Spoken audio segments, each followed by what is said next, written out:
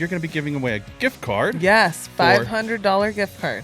So, yes. Yes. That's a sanding system. That's a 3x4, a 5-inch. Trey's favorite, the 3-inch. Yeah, exactly. We have so many. We have so many. Well, this is awkward. Rock and roll. Want to help us? I'm not used to having an audience. This is going to be fun. They're all naked, so it doesn't Right, matter, that's right. Well, you do a lot of public speaking, right? No, I don't know about that. Yeah. So first off, I want to say thank you to Joseph from Jojax for lugging his entire studio to Atlanta to produce this episode. And I will leave his information. He sent me a picture, and it was his entire car was filled with, as he says, my crap. Mm-hmm. But he does a fantastic job of just production. And when I asked him, I said, Joseph, would you be willing to? He said yes, because he knew where I was going with it. Welcome to The Lounge. I'm Matt with Voltner Woodworking and your host of the Maker Lounge podcast, where we have a rotating group of makers hanging out and talking shop with each other. Surf Prep's front-facing firecracker once flung a hot dog at a saw stop and left the audience shocked. Sure did. If you've been following Surf Prep Sanding for a while, you've seen her smile, and she is everyone's friend. He is the man behind the brand, and Surf Prep is the shell company for his not-so-secret obsession to fill his closet with Hot Wheels. Oh, wow. Oh, no. I didn't know we were going there. He's a family man, and he has also never met a stranger. They are the sponsor of this podcast and an amazing family-owned business. Hannah and Skylar with Surf Prep are here live from Workbench Con. Thanks for having us, Matt. We're Thanks for excited being and fired here. up to be here.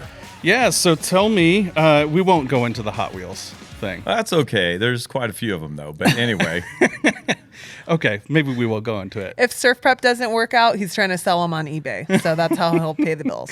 So can you guess which child told me that information? I'm going to guess maybe this one. Nope. Oh, really? Nope. Madison? Or it could have been my son. It was the most innocent one of them all. So innocent. You Yep. just can't trust those. That's right, yeah. Yeah, I had showed him the intro portion for Hannah, and I was like, okay, now I need some dirt on your dad. So I may have paid him handsomely. Yes, I bet. So Hot Wheels, you've got a collection of. A few. Yeah. Yeah, I like the gassers in particular. Okay. So, Just a ballpark number. You don't have to share, but the audience Well, wants do you want to me know. to be straight up and honest? I'd say over 3,000. Dang. That's too many. Yeah. That's awesome. Right. That is really Most good. It is a people keep retirement. clothes in their closet, and he keeps Hot Wheels. I just have tubs of them. Yeah. That's awesome. So. Well, and Hannah, there is a story there, and we don't have to go into it, but there once was an incident with a hot dog and the saw stop. Saw stop. I was asked to do the demo probably 10 years ago, and very intimidated, very fresh in the industry, never touched a table saw before, and going in with that hot dog, and very Amish community at that show in Ohio. Was it in At Northeastern Ohio, Yeah. So it didn't turn out well. If anyone wants It more exploded. information, Yeah. you could let me know privately. So just so you know, and we do have a live audience here. We do. And so yes, thank you all for being here. Yep. Appreciate it. And we have a couple hecklers maybe that might be here. Dylan and Scott. Dylan and Scott, yes. Scott Dylan. They're the worst. They're the worst. They're the biggest offenders. And they're walking out the door. They're but gone. we've lost them. Bye-bye. So no more hecklers. But so yeah, they're just, if anybody's wondering, the hot dog needs conductivity to properly set off the saw stop. So it's not recommended to throw the hot dog at No. the saw stop. No. Because that will get you an intro on a podcast. Saw stop. So if that's what you're after. If you need demos at IWF or AWFS, I'm your girl. I'm here to redeem myself. Yes. I said it first here. So, okay. Maker Lounge. If I ever get to do that demo, I'm thanking you. We'll make it happen. It's a redeeming thing. So, Skylar, tell me a little bit about the history. So Surf Prep, and thank you for being a sponsor of the podcast. We've struck up a relationship a couple years ago, and we were at IWF in Vegas. I think our first time meeting. IWFS in Vegas. Yep. You held us in a corner and you said, if you don't sponsor our podcast. Right. Yes. I said, someday I'm going to have a podcast and you will be a sponsor of that podcast. That's how it went. Yeah. I held your feet to the fire. And here we are. Here we are. But so we met back then, and I don't know how long you've had even been in business kind of at that point. Surf Prep was fairly a new thing to me. So tell me about the history, how Surf Prep kind of came to be. There was something before Surf Prep. Absolutely, certainly. One thing I want to do is thank you also publicly, because you were one of those people that stayed afterwards at AWFS for hours, Matt. You remember that? Yeah. That was... And you were there helping us pull everything together, put it in the crate. And to that, I was very appreciative. Yeah, and I was very embarrassed because I got in your truck, and I had just met you, really, and I got in your truck after we were done unloading, and my shirt was drenched. That's okay. In Vegas, it was so humid. I was doing the armpit check, the whole deal. Like, it was like, okay, at this point, yeah. So, the history, a lot of people have asked me over the years, well, how does someone get into sandpaper? And it's not like your childhood dream, right? My childhood dream was sports and playing baseball. And with that, pursuing that, I made it all the way through college, and was fortunate to play at a university where we had participated in national championships and had won the national championship in '83 and '85. Anyway, later on, I was blessed to be signed by the Milwaukee Brewers. And during that summer-fall season in A-ball, my vision changed. And so I was no longer able to play ball. So there were other plans for me that I wasn't aware of that, anyway, shifted gears. And I ended up running into a guy that was a few years older than me.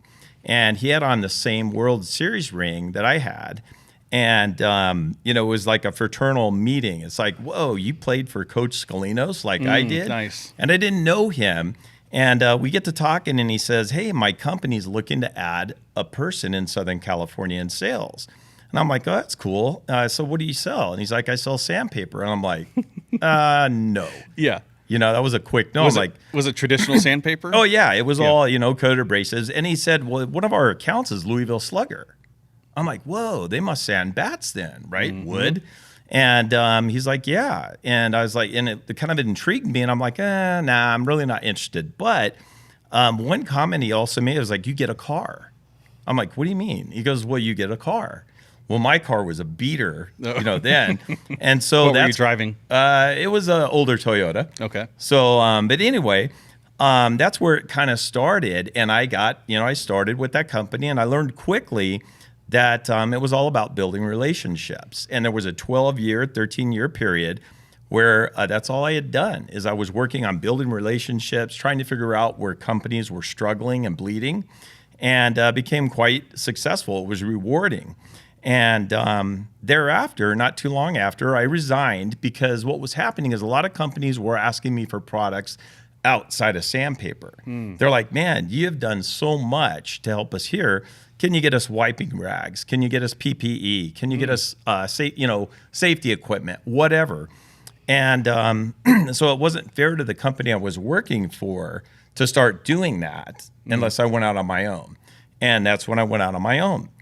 In the process of doing that, a lot of the companies I sold to were large furniture manufacturers, 300, 400, 500 employees in Southern California. And I was selling them sanding sponges. So it's a two-sided sanding sponge. And I began working with an importer of those products by the name of Dixon Enterprises. And so Dixon was my supplier for all of those products, 1-inch blocks, two-sided pads, single-sided pads. I was selling, oh my gosh, there's 250 sponges in a case. Each account was taking about 50 cases a week, and there were 6 of them. So it was significant business. And so I had that relationship with that vendor, Dixon. one day in December of 2003, the phone rings at 6 in the morning, and Marina says, "Hey, Skylar, I'm selling the company. I need to have an answer from you today by 5 o'clock if you want to buy this company." No pressure. No pressure. Yeah. You know? And, we're talking a couple of $1 million at that point, many years ago in 2003. And long story short, there was tragedy in that family. Mary and I ended up buying the company. Mm-hmm. And with that, it was a global business. And what I didn't realize at that time was 80% of the revenue was for the fingernail industry. So it was for the wholesale beauty supply. Right. And so it was big numbers in that vertical.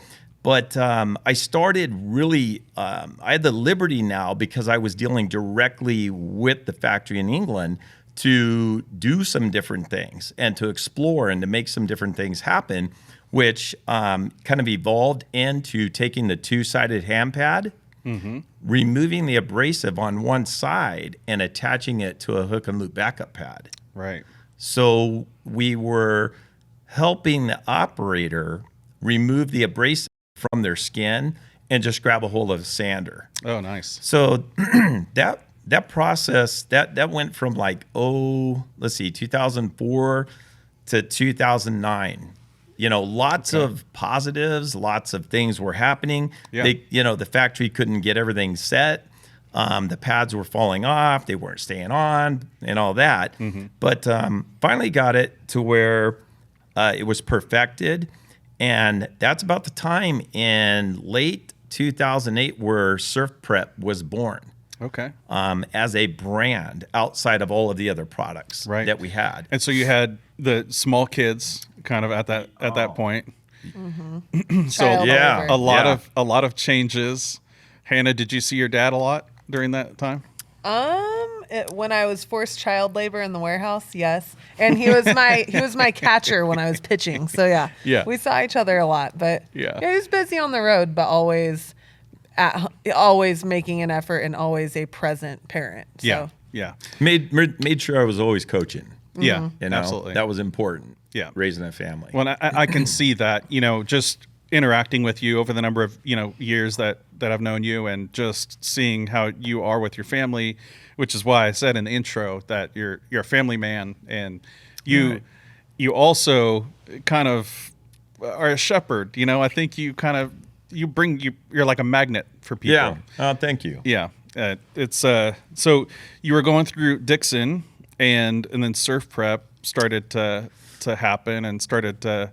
Right. So Dixon's what was the focus of Surf Prep? What was the mindset going into Surf Prep? Was identifying areas where we could reduce labor costs and material costs, because the way a lot of these finishing departments were tackling their finishing jobs for in between coat sanding was with 9x11 stair-rated silicon carbide sanding sheets, and they would put them on blocks or attach them to different hand blocks, that kind of thing. And you could only get so many parts out of a sheet. And with this new foam abrasive system that England had created for me, where we were getting 2 doors, we were getting 30 doors with a pad. So the cost per unit to produce it dropped significantly. And so it became a big thing. And that's where I realized I've got a hold of something. And back then, nobody knew anything about this. Even the factory in England didn't really know what I was doing. Although we had a lot of collaboration, I guess it was just a matter I didn't have time to explain to them. Right. But I was going to bowling ball manufacturers, carbon fiber hockey stick manufacturers, of course, woodworking, all different coatings, any surface that needed to be prepped for a coating. So, I started traveling, Matt. Yeah. And that was, there was a 2-year period where I was gone for over 200 days a year. Right. And I went through a grassroots approach to this, because I knew if I went to suppliers or cabinet hardware distributors or coatings companies, they'd say to me like, well, what's surf prep? Yeah. What are you, surfing or right. preparing to surf or what? And so I just got on the road, man. And I went everywhere I went. People, they saw the system. And they began using it. I got it in their hands so that they could start running it on their products. And so what that did is it drove that demand right up through their local supply houses. Right. So they all started going to their suppliers going, hey, where do I get surf prep? Yeah. Then we were getting $15,000, $20,000 opening orders at all these distributorships, and I forced that growth. Yeah. By being gone. That's awesome. And so you mentioned the surf prep name. Hannah, you probably, as the social media person, you probably get a lot of questions on what is surf prep? Yeah, I'd say 5-10 years ago, people wondered a lot, what is surf prep? And I feel like we've kind of infiltrated our way into multiple industries, the furniture flipping refinishers, cabinet refinishers, the maker community. So I don't have too many people really asking what it is anymore, but 5-10 years ago, we always had to, no, we're not a surfboard company, Right. surface preparation. So yes, we do have to let people know surface preparation, but Yeah. It is crazy because I'll meet people and they're like, I've never heard of this. And for me, it triggers me. I'm like, oh my gosh, I got to go back to, I got to hit rewind and go back to the way that I would talk to. We're all about asking questions. Yeah. Our entire organization. I've got a white belt machine tech. We had a director of sales. Our entire support staff. We never tell anybody anything. We're always listening and asking questions. good. And so I find myself even this last week. A guy a couple days ago is like, I've never heard of surf prep. I'm like, whoa, so I guess kind of got to go back to that. Yeah, that's good. Yeah, I think it also a play on, because you guys are originally a Southern California business. Yes. And so the surf prep, the surface preparation, also playing with. That's exactly it. Yeah. And so also plays into your branding a little bit, with you've got a bus as the Volkswagen bus, kind of thing. Yeah. we will have a bus one day. Mark our words. we Yes. will. Yeah. But it's something fun that people love to buy into. It's not just sandpaper. It's a lifestyle. And Yeah. I love that. That's great. I like that. And, when a big reason, and I don't want people to feel like I'm trying to sell them on surf prep, but a big reason why I got involved with you guys is because, I have, Trey is one of the people that I talked to originally and kind of got me into the brand. And then, we connected, and then we started talking. Hannah and we started talking. And then you guys did a crazy video. Yeah, we did a. That was we the should best. talk about I'm that. like, who is that dude? Yeah, Trey is actually here. Voletner? Unless he's Who is left. that No, guy? he's still here. Yeah, what's this Voletner guy? Yeah, we had Trey. I said, I think we've got this great idea. Like, we need to do something to say thanks essentially to Surf Prep, just because you've supported him, and so. I was like, hey, let's do this idea, and I don't remember if it was his idea or my idea. That was a while ago, but he's sanding. Yeah. No, you were. Yeah. You're like bored in your shop sanding. Yeah, and like, oh man, Trey, I need to hook up on a new sander. Do you have any recommendations or something like that? And he's like, yeah, hold on. In a perfect Trey, kind of way, and he's like, oh yeah, hold on, and he throws the box, and then the box comes, and my wife had so much fun during that taping because she got to throw the box at me. We're gonna have to rewatch that video this weekend. That kind of that started a lot of our friendships and relationships. Yeah, kind of cool. I'll see. I'll see if I can. I'll put that link in the show notes for that video. But yeah, it was a fun little. I don't remember how long it was. Maybe 2 minutes or something like that. So Trey was one of the initial people. Now, and Stephen Clyde. He was also, kind of one of the early adopters. Yeah, and, he was. Yeah. And so it's become, not only your family, but it's like the people who are here are also your family. And you are. you just, Yeah. It's true. It's like, It's an amazing community, and we don't take one moment of that, or we just take none of that for granted. We're blessed.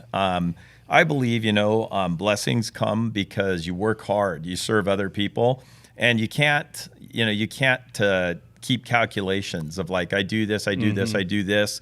When's it going to come? It's just like you do it, you know, and we're so honored to be here in the Makers Lounge with you, Matt. Yeah. There's, I mean, it's amazing the relationships that have come from this, and we don't take that lightly. Yeah. So speaking of relationships and family, you know, Surf Prep lost a family member, you know, recently. And so Austin. Yeah. He's not direct family, but as with anybody, you treat Austin He like was about family. as family as you can get. I mean, when he passed away, I think I texted you that day, Matt, and I'm like, do you remember after AWFS, Oh my we were all gosh. in that really fancy hotel Yeah. with the boats going by, and Austin is always just Off of making. his- I'm like, dude, you can't do that. People Yeah. are paying $200 for a romantic little. Yeah, they had the verandas. A veranda? Yeah. That's what they're called, right? The verandas. They're coming down the thing. Gondolas? Gondola. Yeah, the Gondola. gondolas. What yeah. is a veranda? Yeah, I don't know. I don't know No, where you veranda's guys like a thing. I don't know. Anyway, I think you but s- gondolas. yeah, Yeah, exactly. So these guys are going down the river, and then Austin at the top of his lungs. Lord on my mommy. Sorry, Joseph's gonna hate me for that. He's gonna have Yeah. to Sorry, bring that Joseph. audio down. You could always fire him. Yeah, no, that's not gonna happen. I But need yeah, Joseph.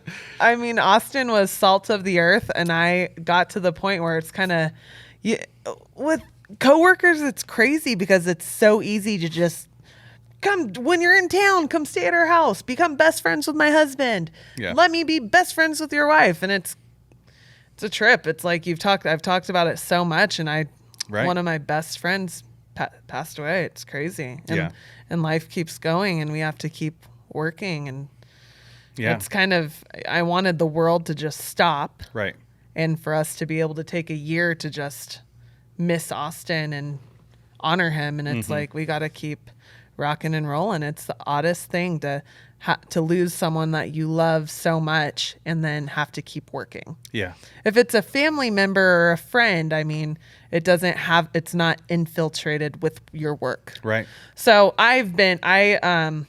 in order to honor, and I know Austin knows that I'm doing this from above, but like we're selling these little Surf Prep, Austin, Jackson, Houston, right from your hometown. Yeah. And all of the benefits are going to his wife, who's just an amazing human being. And then Yeah. every trade show I go to, I have my little Austin pin. I mean, Oh, I need to get one of those. I brought this one for you. Perfect. So what can you do? It's weird Yeah. when someone passes. You just have to Yeah. honor them the best way you can. And Surf Prep is a better, more loving company because of what Austin did for us. So Yeah. I can't ever Absolutely. thank him enough. Yeah. You know, most people, when they lose somebody, if they work for somebody else, they have bereavement and they can take time for Yeah. that. But being a business owner, you Right. know, Skylar, you and Mary and well, the whole team Yeah. has really had to pick up and do a lot more. Right. So much so that it's, you know, reaching out to other people to like, can you do this show or can you, Right. you know, fill in the gap essentially. Exactly. So kind of tell me what has changed since Austin passed. you What know- did he do essentially, so that way the audience can? Yeah, he was our director of sales, and he's responsible for one vertical of business that you know, it's millions of dollars in revenue. And when you have that kind of revenue, there's a lot of people attached to that. So all of the cell phone calls, all the text messaging, all the emails are coming to myself and two other inside support women that we have. And we're just doing it. You know, it's easy to just say, "Oh, woe is me." But you know, if I were sitting here with Austin right now, and if I had that kind of an attitude, he would be like, you know, dude, get on with it. Right. You know. Yeah. And that's the way I hope it would be if that were me in that Right. position, because life goes on. Right. You know, it just there's no change in that. Yeah. So, but Well, and you have a very supportive woman by your side. My favorite listener, Mary. oh, you know, the Makers Lounge is every morning. You know, I get out of the shower and your voice, dude, is just resonating through my bathroom. And there's my wife. You know, I get she's that a over there. lot. You know what's really funny is not only that, she'll have like a Voltner T-shirt on while she's doing her makeup. And I'm like, dang, you know, what's Yeah. this? It's like doing her makeup, doing her hair. Right. We love it. Yeah. We love it. Well, that's where the sponsorship money goes to. It goes to buy Mary swag. But no, we love Mary. She is really just a wonderful woman. Incredible. Yeah. And I got to meet her in Vegas, when I first met you guys. And she makes me feel like her son. Yeah. She actually said I'm her favorite son. Oh, yeah. So that's good. And so I will be expecting, that my name will be in the will at some point. Right. Absolutely. Sorry, Skylar. No, it's Skylar Jr., by the way, for the audience, there's Skylar Sr., who's right here, and there's Skylar Jr., who's in the back and is throwing darts at me. Yes. So speaking of the audience, we are going to be doing a giveaway. Yes. And so we are, do you want to tell us? Well, let me say this. To sign up to be part of that giveaway by March 28th, if you sign up to be a Patreon on any level, and go to patreon.com/MakerLoungePodcast and sign up. There's $3 tier, $8 tier, and a $12 tier. Sign up on any level. You'll automatically be entered. Top tier patrons get like triple entries. And so it just depends on, what level you want to do. But you're going to be giving away a gift card. Yes. $500 gift card. So, yes. Yes. That's a sanding system. That's a 3x4, a 5-inch. Trey's favorite, the 3-inch. Yeah, exactly. We have so many. We have so many. So 500. So thank you for doing that. That's of amazing. You just being able to. I think there's a lot of murmur in the audience. I'm just repeating everything that I hear. Right. Living in the same house with you guys Right. this week. Exactly. I'm just fun. innocent. I just listen to everything you guys say. Yeah. So. Yeah. Well, it used to be a 6-inch sander. So I just, may have to edit that part out. So thank you for doing that. And so hopefully people will go out there and, also follow Surf Prep and hearing your story, kind of your family owned and operated, your history, and just hopefully the audience is able to pick up that vibe from you guys. So hopefully they'll go out and follow you on all that stuff. Tell us, so you're doing a lot of different stuff right now. We're doing a lot. You guys have, in the last year, introduced Pro Foam. Yes. Yes. So maybe tell us about some of the... And in the last week, today it's been hammered. Everyone's like, I had no clue. You guys have the cloth portable belts, and you have the drum sander belts. So it's fun. We launched that last week. It's been a long time coming. We've been manufacturing those belts in our Southern California location for how long? It's been forever. 6-7 years, Yeah. So it's fun to finally be able to offer that into the industry. And the Pro Foam's been great, and just got to keep pushing it. Yeah. So today you've got your warehouse in California. Yep. And then you've got your warehouse in South Carolina. North Carolina. Yep. And Skylar Jr. is running that operation out there. So you guys are kind of branching out and building, coming up with new products and things like that. And is there anything that we could expect in the future? Yeah, I get in a lot of trouble, Yeah, the lawyer is not in the room, so you're okay. Right. He gets in trouble. But we had a talk the beginning of the year, like December of 2022. What are our goals for 2023? What are our goals for 5 years? What are our goals for 10 years? And it's a trip. My buddy Shock the Fox, if anyone, I'm sure a lot of you guys know Ty, he makes amazing custom guitars. And it's been so fun. I mean, I love my maker people. Like, I love as long as Mary doesn't like him more than me. He does. I don't know. No, she loves you. But it's so fun being in so many industries where it used to sound crazy to my husband. It's like, oh my God, I'm talking to my friend Stephen Clyde. And he's like, who the heck is Stephen Clyde? And then he meets Scott from South Carolina. And he's like, who is this guy? And then he meets him. And it's like, Stephen's now part of the family. It's crazy. So I'm so blessed that I have furniture refinishers who become my good buddy who I talk to about God and crazy things that it's so hard to tell people who aren't in it. Like, right. I met them on Instagram. Yeah. It's the weirdest thing, but it's so real. Like, some of my realest, most important people are people who I met in this industry. Yeah. So it's fun. It's an exciting thing for me looking at the guitar industry as a new kind of avenue for us to explore and expand. Right. And then something that Surf Prep has really never touched on is the epoxy world. And so many woodworkers are using epoxy, and I think every single one of you guys use epoxy on a weekly basis. Yeah. So bringing higher grit pro foam so that we're going to be able to get those really high gloss finishes. Nice. Yeah. I didn't see any nudging. Don't say that. So I guess we're in the clear. We Everyone, don't have to edit everyone anything. nudging is at home, and hopefully they're not listening to the podcast. Right. By then it's too late. Right. It's too late. Yeah. And Skylar and I will just leave, and we'll be in a different state. Yeah. Yeah. Just Junior, kidding. are we on track here? Are we doing good? Okay, cool. I just want to make sure that, you know.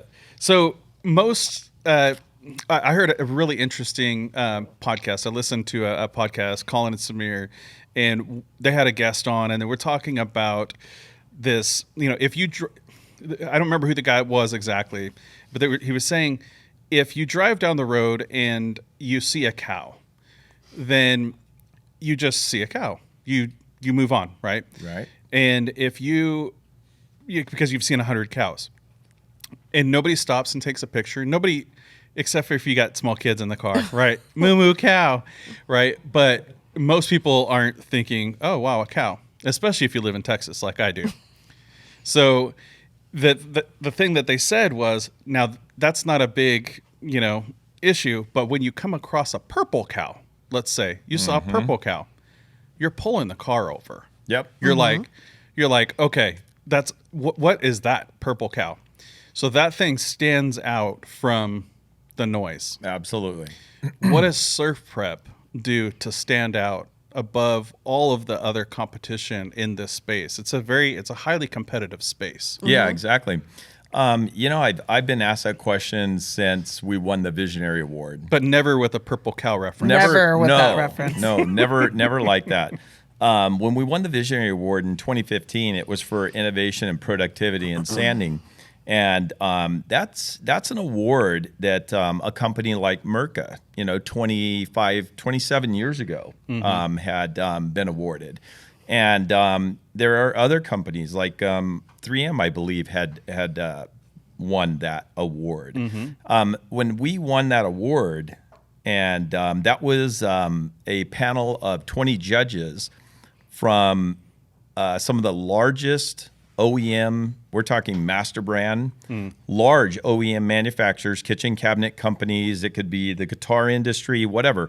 When those 20 judges gave us that award, I knew at that very moment, Matt, that I had to make something better. Yeah. That very moment, I knew that I couldn't rest on my laurels because I knew that I'm all about innovation and there's always imitation. Right. And that's just freedom. That's capitalism in America. And that's good. It's good for everybody.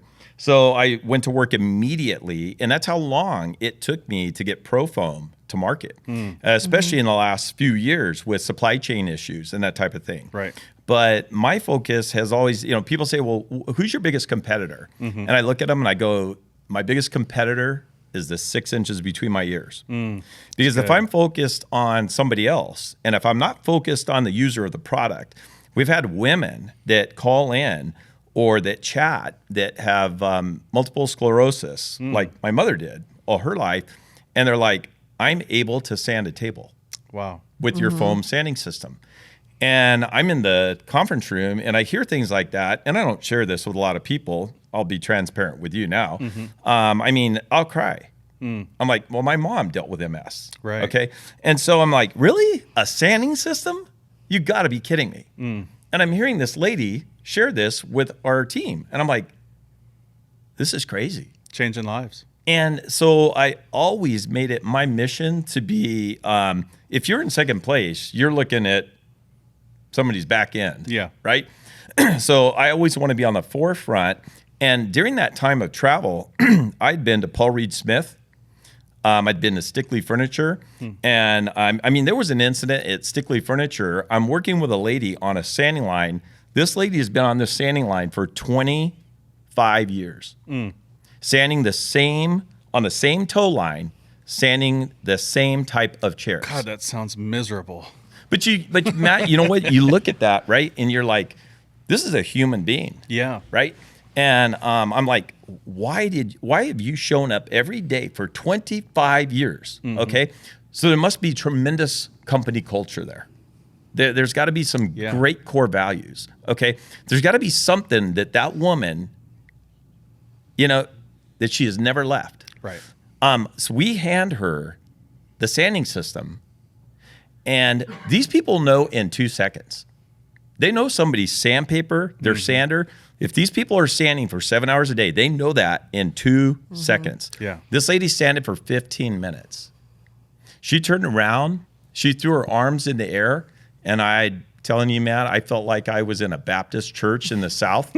She threw her arms up in the air, and she's like, Michelle, honey, who's this man you brought here from San Diego? And it was crazy. I knew I had a hold of something, and it just started snowballing. Yeah. And it took off. So I'm a visionary. I get in a lot of trouble within our. Yes. Why you say it like that? Because you do.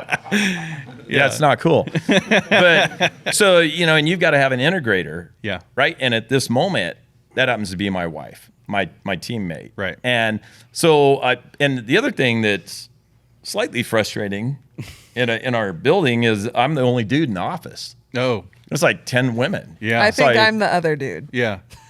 So are you It's planning you on and me. Are you planning on doing a swap We're looking between at Skylar and Hannah? And just well, flip-flop 'em? he's yeah. So anyway, so being a visionary, I've already got 10 things that are coming, and this July, on a I don't know, a container or two or something.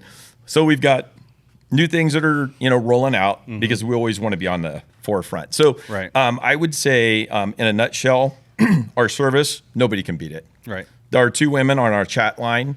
We have people that chat in and they're like, you guys never go to bed, or you're always available. You're always helping to work, to do something. Right. And we've got to give back to those who've given to us. Yeah. So innovation, customer service, and we just do our best. We work very hard. Yep.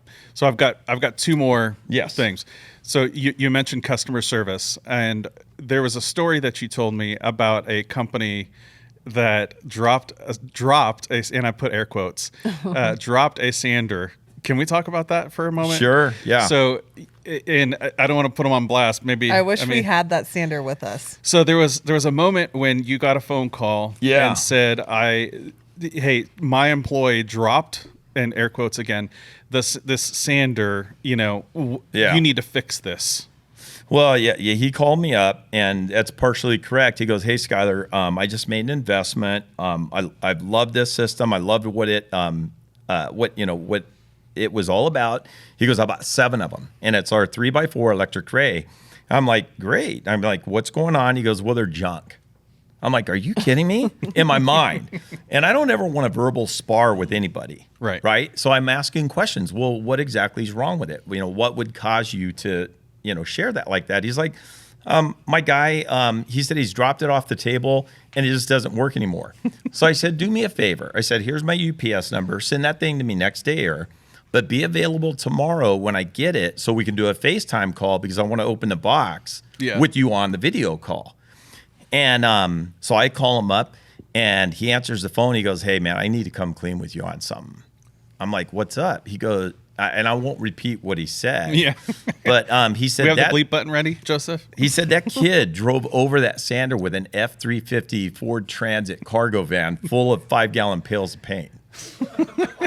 I'm like, that's exactly what I thought I thought a forklift drove over it. Yeah. Anyway, what was really cool is he didn't expect anything. He's like, "I'm just really sorry." He goes, I can't even believe I put you in this position. I go, "Hey, Steve, you know what? Don't worry about it." I go, "Listen, why don't you hang out for a minute?"